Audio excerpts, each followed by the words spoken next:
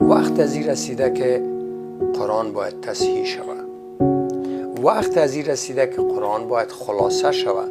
سعی کنین بی جای است. ما 43 سال پیش چشم خود قتل عام شدیم، الله اکبر گویان.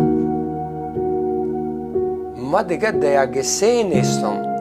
مسئولیت انسانی و وجدانی مرا نمیمانه که ما دیگه چوب باشم. ما برای انسان ها بسیار سخت است که بیایه در یک جامعه مثل افغانستان که گپا کلگیش کشته شدن است، یعنی هر کل که میتونن علایده قطع کنن. یعنی امی مسئله برای ما عمق مهم است که ما امور را در گردن گرفتیم، اما ما میخواهیم که مردم خدا نجات بدم. با میا بگوییم که بیادرها این قرآن اون چیزی که تو باور کردی نیست، هزارها غلطی داره.